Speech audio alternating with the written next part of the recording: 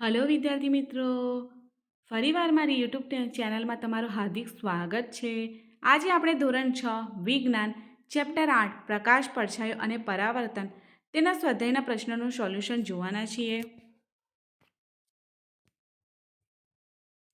તો પ્રશ્ન 1 છે, નીચેના પ્રશ્નનો માંગ્યા મુજબ જવાબ આપો. 1. નીચેના બોક્સને યોગ્ય ક્રમમાં ગોઠવો જેથી અપારદર્શક પદાર્થોને સમજી શકાય છે. પદાર્થો છે અપારદર્શક પડછાયો બનાવે છે, તો જવાબ આવશે અપારદર્શક પદાર્થો પડછાયો બનાવે છે.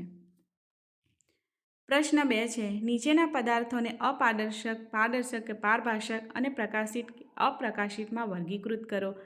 તો હવા, પાણી, ખડકો, ટુકડો, એલ્યુમિનિયમની શીટ એ બધાનો પ્રશ્નનો જવાબ પાછળ છે. તો અહીં જવાબ છે અપારદર્શક પદાર્થો એટલે કે ખડકોનો ટુકડો, એલ્યુમિનિયમની શીટ, અરીસો, લાકડાનું પાટિયું, સીડી, લોખંડનો લાલચોળ ટુકડો, છત્રી, પ્રકાશિત ફ્લોરસેન્ટ ટ્યુબ, દિવાલ, કાર્બન પેપર, ગેસ, બર્નરની જોડ, કાર્ડબોર્ડ, પ્રકાશિત ટોર્ચ, તારનું ગૂંચળું, કેરોસીન સ્ટવ, સૂર્ય, આગ્યો, ચંદ્ર.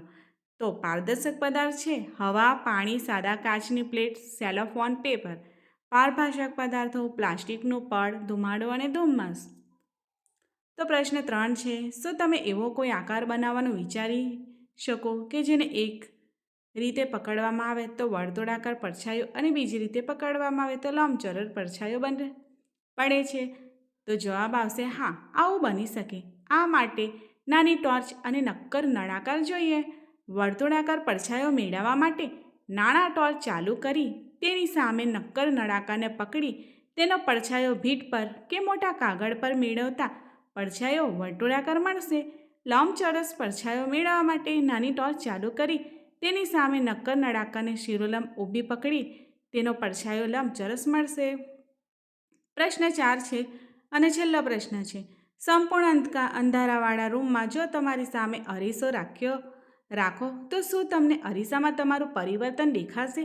તો જવાબ આવશે ના, અરીસામાં પ્રતિબિંબ દેખાશે નહીં, કારણ એ સંપૂર્ણ અંધકારવાળો રૂમ છે. આપણા શરીર પર પ્રકાશ પડતો નથી, તેથી પ્રકાશનું પરાવર્તન થશે નહીં, પરિણામે અરીસામાં આપણું પ્રતિબિંબ રચાશે નહીં. જો વિદ્યાર્થી મિત્રો તમને મારો વિડીયો પસંદ આવ્યો હોય તો લાઇક, શેર અને સબસ્ક્રાઈબ કરવાનું ભૂલશો નહીં, જેથી કરીને હું બીજા પાઠના પણ સ્વાધ્યાયના પ્રશ્નનું સોલ્યુશન લાવતી રહીશ.